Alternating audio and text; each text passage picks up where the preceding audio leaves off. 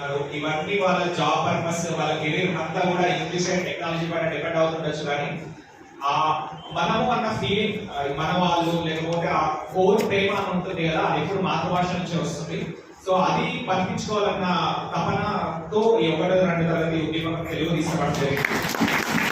ఎందుకంటే నేను SR director తో మాట్లాడాను. నేను ఫస్ట్ క్లాస్ తెలుగు బుక్ చూసిన తర్వాత వాళ్ళు డైరెక్ట్ ఒక లెసన్ లోకి జంప్ అవుతున్నారు.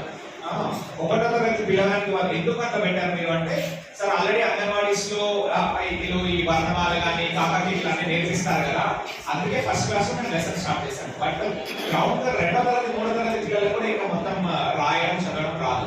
ఆ లెసన్స్ చెప్పి అంటే మనకేం లాభము, జస్ట్ ఎగ్జామ్ లో మార్కులు తెచ్చుకుంటే ఏం లాభం, పిల్లలకి తెలుగు రాయడానికి రానప్పుడు.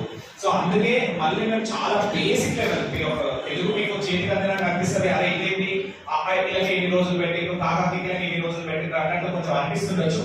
బట్ 60 రోజులు కాదు, మీరు 20 రోజులు దాన్ని బట్టి ఫస్ట్ 1 మంత్ ఇంప్లిమెంట్ చేసిన తర్వాత ఒకసారి వీళ్ళు అగైన్ రివ్యూ, దాన్ని బట్టి టైం పెంచాలంటే నో ఇష్యూ.